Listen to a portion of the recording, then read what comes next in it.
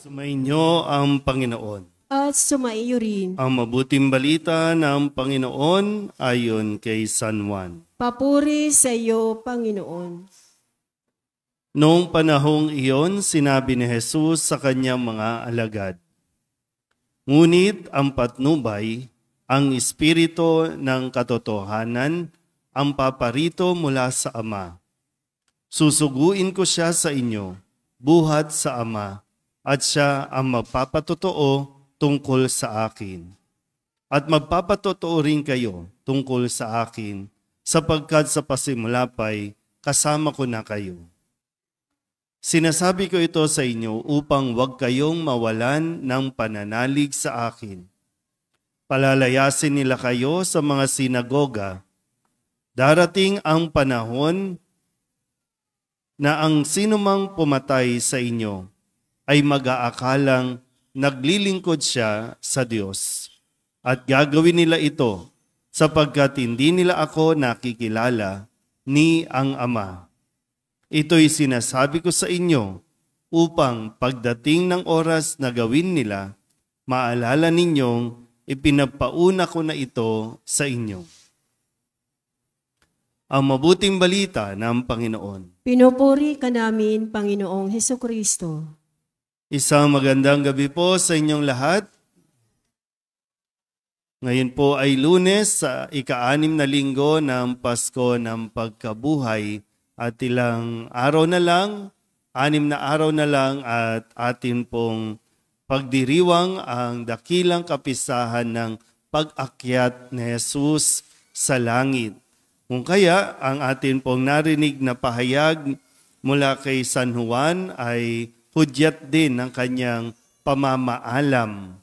Pero ang sabi niya, pag alis niya, ang patnubay naman, ang Espiritu ng katotohanan ang darating para tayo samahan upang ipaunawa sa atin ang lahat ng mga mangyayari pa sa atin pong pagsunod kay Kristo.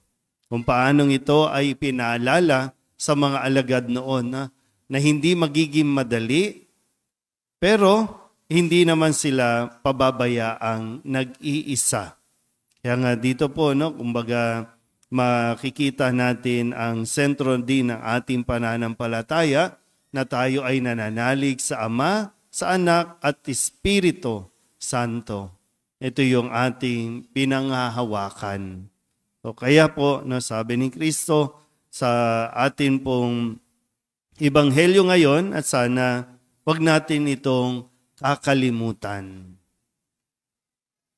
Kung lalo na kapag nagkakaroon tayo ng problema, nagkakaroon ng mga pagsubok, minsan depende rin sa pagsubok kung ito ba talaga ay pagsubok sa ating pananampalataya o tinuturing lang natin pagsubok dahil nga sa katigasan ng ulo natin. Pero kung sakasakali po na makaranas tayo ng panguusig, makaranas tayo ng hindi madaling buhay dahil sa pananatili natin, halimbawa sa pananampalataya bilang Katoliko, minsan sa ibang lugar o sa ibang bansa, mayroong mga restriction. Bawal mong gawin ito, bawal ka dito. Kapag Kristiyano ka, bubugbugin ka. Kapag Kristiyano ka, pahihirapan ka. Pero sinabi na ni Jesus na kung sakali, nasasabihin nila, ginagawa nila ito para sa Diyos. Dahil sa Diyos, mas manalig tayo na sa atin pong mga natanggap na ebanghelyo, natanggap na mga salita mula pa sa mga sinaunang mga alagad ni Kristo. Hindi kahit kailanman na ninahangad ng Diyos na utusan tayong pumatay, utusan tayo na magpahirap alang-alang sa pananampalataya. ang kanya pangampanawagan, tayo mismo ang mag-alay ng ating buhay alang-alang sa kanyang pag-ibig, alang-alang sa ating pagsunod sa kanya. Kaya nawa, no? Kung may mangyari man na mga paghihirap habang tayo po ay nagsisikap na mamuhay at mabuhay sa salita ng Diyos, kapitan natin ang kanyang mga ipinapaalala, kapitan at panghawakan natin ang kanyang mga inihabilin sa atin. Para isang araw, tayo po ay magkikita-kita doon sa lugar na kanyang ihahanda para sa atin. Amen.